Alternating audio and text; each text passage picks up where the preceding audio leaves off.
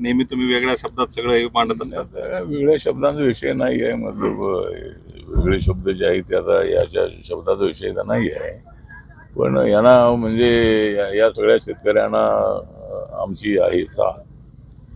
या शेतकऱ्यांना आमच्या सरकारची आहे पूर्णपणे साथ आणि त्यांना मदत नक्कीच मिळेल. त्यावेळेला मी त्यांच्या पाठवून फिरवेन हात. त्यामुळे नक्की त्यांच्यासाठी मदत करण्याचा आमचा प्रयत्न आहे.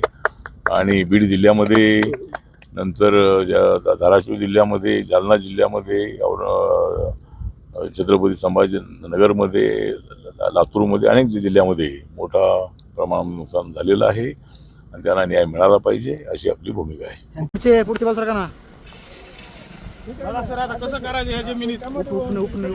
काय राहिले सर? बघा, सांगा आता मला काय राहिलं ह्याच्यात. जागाव का मारा आम्ही, सांगा सर. धनंजय सावंत सर.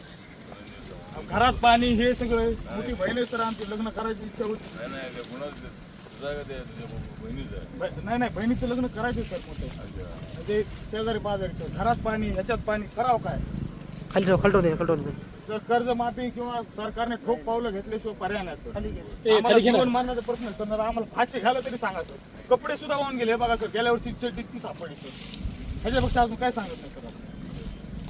फक्त मायबाप सरकार, महायुती सरकार आम्ही मोठ्या ह्याने मनाने निवडून दिलेले सर. आम्ही तुम्हीच आधार आहे सर आम्हाला. इथं जात भेद काही नाही सर आमचा. फक्त आम्हाला आधारवड पाहिजे सर शेतकऱ्याला. जगण्या मारण्याचा प्रश्न सर आमचा.